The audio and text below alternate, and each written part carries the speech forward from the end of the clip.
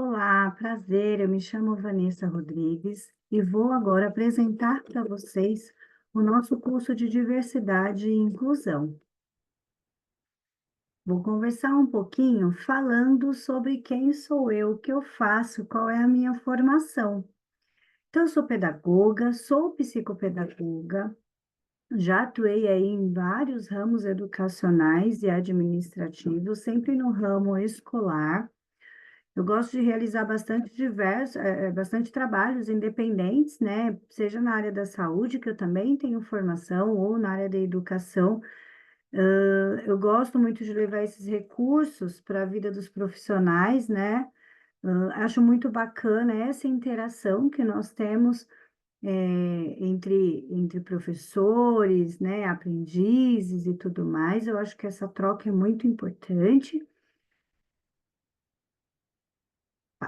E vou falar para vocês um pouquinho sobre a minha formação. Então, eu sou gestora escolar, mestre formada pela USP, psicopedagoga clínica institucional, sou pedagoga também e fiz um curso aí lá no início da minha carreira de auxiliar de enfermagem. Então, eu estou bem amparada aí nessa parte de educação e aí por isso que eu venho hoje falar com vocês sobre essa questão de diversidade e inclusão. Eu estou aqui em nome do Centro Institucional Multidisciplinar de Ensino Superior, o CIMESB, apresentar para vocês esse curso de pós-graduação em Diversidade e Inclusão. Eu já quero aqui deixar os meus sinceros agradecimentos à Priscila Marinho e ao Gabriel Duarte pela oportunidade.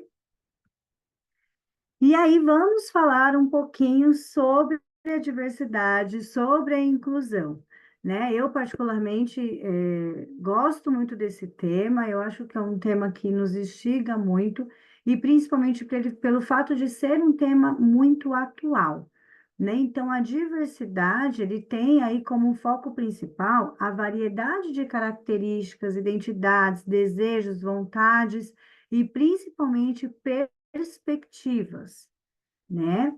A inclusão, ela nada mais é do que a gente incluir o indivíduo aí nesse meio, né? Aceitando as suas condições atuais. Então, é nesse momento que os dois assuntos, eles se encontram e eles se entrelaçam. Então, temos, de um lado, essa movimentação, né, de como a pessoa está naquele momento, de como a pessoa é naquele momento, junto com esse processo da comunidade, num contexto geral, aceitar esse indivíduo com as condições que ele apresenta naquele momento. Eu gosto sempre de frisar essa ideia da condição do momento, por quê? Somos seres humanos, somos seres vivos e estamos em constante mudanças.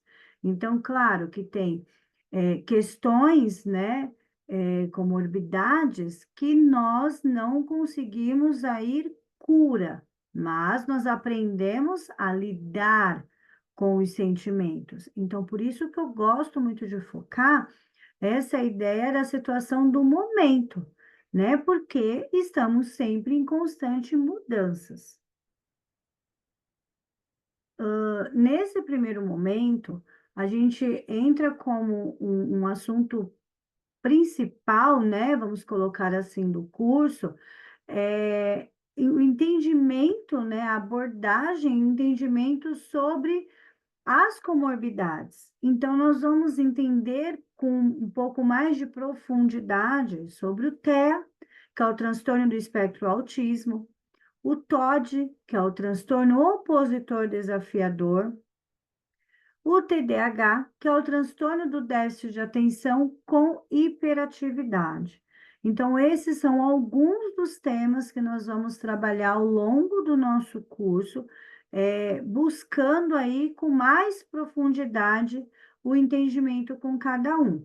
Claro, algumas situações elas se encontram, então algumas coisinhas aí que uma criança, por exemplo, com TEA, ela apresenta no TOD e por aí vai. Então, eles, em algum momento, eles acabam se encontrando, sim.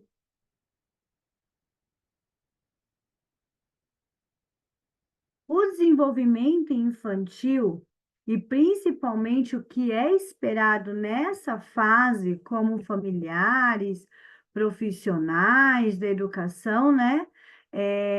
Podem auxiliar e contribuir e orientar mesmo dia após dia. Então, nesse momento, nós vamos entender o desenvolvimento infantil e aí como que a gente espera que seja e aprender a conduzir quando algo está diferente destas questões. A gente precisa lembrar sempre que o teórico, né, do desenvolvimento infantil, ele é para nos nortear, ele é um norte nessa linha de raciocínio. Não obrigatoriamente precisa estar 100% nessas condições. Alguns variam para mais, outros variam para menos, e é muito comum isso acontecer, né? Eu deixo aqui para vocês até uma tabelinha, né? Falando um pouquinho sobre o desenvolvimento infantil. Então, aqui a gente fala do sensório motor, que é a primeira fase do desenvolvimento cognitivo, que vai aí do nascimento até os 2 anos. O pré-operatório ou simbólico, que é a segunda fase, que vai dos 2 aos 7 anos. O operatório concreto, que é a terceira fase, que vai aí dos 8 aos 12 anos, e o operatório formal, que é a quarta fase dessa tabelinha de desenvolvimento infantil, que começa a partir dos 12 anos. Então, essa quarta fase, ela já grita ali, saindo do infantil e partindo aí para uma pré-adolescência. Nós vamos tratar também de uma forma bem bacana e bem prazerosa a realização do PEI, que é o Plano Educacional Individualizado. Esse documento, ele normalmente é feito pela instituição de ensino, junto com familiares, equipe de coordenação, docentes, enfim, toda essa equipe vai trabalhar para nortear o trabalho que vai ser realizado na instituição. Então, dentro dessa aula, né, nós vamos ter uma aula que ela é online, porém ela é bem prática. Então, isso que é bem bacana aí, que a gente vem trazendo para vocês. Por mais que seja online, mas a gente consegue estar muito próximo dos nossos alunos, trazendo aí bastante vivência. Então, dentro dessa aula, nós vamos conseguir aprender a fazer esse PEI, porém com estudos de casos. Então, nós vamos trazer alguns estudos de casos para vocês, para que a gente possa nortear, por exemplo, num plano educacional individualizado. Então, ele é muito interessante, é uma aula muito bacana, muito gostosa de participar. Claro, eu deixo até um lembretezinho aqui, tá? Que esse documento, ele só é feito depois que a família nos apresenta um laudo. Então, nunca jamais é realizado nenhum tipo de trabalho com a criança no ambiente escolar, baseando-se no achismo. Então, é sempre norteado por um documento. E no caso do PEI, a gente só realiza a partir da entrega do laudo para a escola. Nós vamos conversar também sobre os materiais adaptados e a sua utilização não só nas salas de aula, mas em todos os ambientes escolares e não escolares também, acrescentaria essa questão. Os recursos, eles são capazes de acolher a singularidade dos educandos com necessidades educacionais especiais que frequentam o sistema regular ou especial de ensino.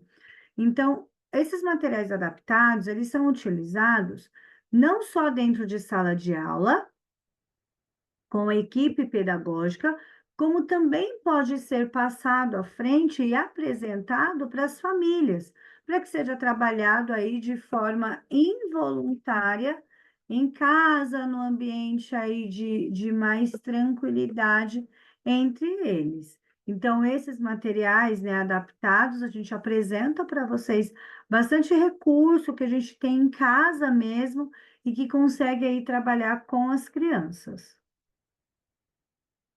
Nós teremos nesse curso algumas visitas técnicas, e aí são alguns momentos que nós vamos ter a oportunidade de nos conhecermos pessoalmente, né? Tirar dúvidas, olho no olho, é também muito importante essa parte. Então, nós teremos a visita técnica ao Museu da Diversidade, também teremos ao Museu da Inclusão. E também teremos a visita técnica ao AMA. Então, são aí algumas visitas técnicas que a gente vai conseguir visualizar na prática tudo que a gente está aprendendo na teoria. Nós também teremos um momento que nós vamos conversar sobre os comportamentos e problemas, baseando-se sempre no direcionamento da resolução. Então, assim, eu coloquei alguns exemplos: inclusão de pessoas com deficiência, que é o chamado PCD, a acessibilidade, alguns dos temas que a gente vai trabalhar aí, nessas áreas, tá? E aí eu coloco que o nosso principal objetivo é pensar sempre no âmbito educacional, mas todos os assuntos, as aulas e as orientações, elas são facilmente aplicadas no nosso dia a dia. Então, por isso que eu sempre friso que, claro, a família ela não tem por obrigação ter orientações ou saber informações sobre tal assunto, mas nós, como educadores, é extremamente importante, de uma forma mais leve, direcionar. Vou reforçar aqui que todas as nossas aulas, elas são devidamente programadas e ao final de cada uma delas é enviadas atividades a serem realizadas com os seus critérios, orientações e prazos. Então, além de ser informado dentro da aula, nós também enviamos para vocês as informações como elas devem se prosseguir. O prazo de devolução normalmente varia aí de 5 a 10 dias após a aula ministrada. O envio é feito pelo e-mail ou pela plataforma do Cimesb, ok? E aí, o prazo, quem determina normalmente é a equipe aqui do Cimesb. Então, nós que determinamos aí essa atividade. Depende um pouquinho do nível de dificuldade, da importância de pesquisas e tudo mais sobre o tema, tá? Esse processo avaliativo, ele é feito de forma bem criteriosa, são realizadas devolutivas para vocês, tá? No intuito sempre de orientá-los. Então, por mais que seja um processo avaliativo, por mais que exista aí uma avaliação por trás, mas precisamos pensar que é sempre no intuito de direcionar. E aí eu quero parabenizá-los a todos pela escolha. Dizer que estejam certos mesmo do nosso compromisso com cada aluno, que eu reitero o nosso compromisso com cada um de vocês, e eu me coloco à inteira disposição para conversarmos, esclarecer dúvidas, sugestões, orientações, enfim. Contem sempre com a gente, contem sempre com a equipe do Cimesb, e saibam que assim vocês, desde já são muito importantes aqui para a gente. Eu deixo o meu muito obrigado, deixo aqui para vocês também os contatos de rede social, contato do meu e-mail, que qualquer dúvida, questão, sugestão, eu estou à disposição. Tá ótimo? Muito obrigada.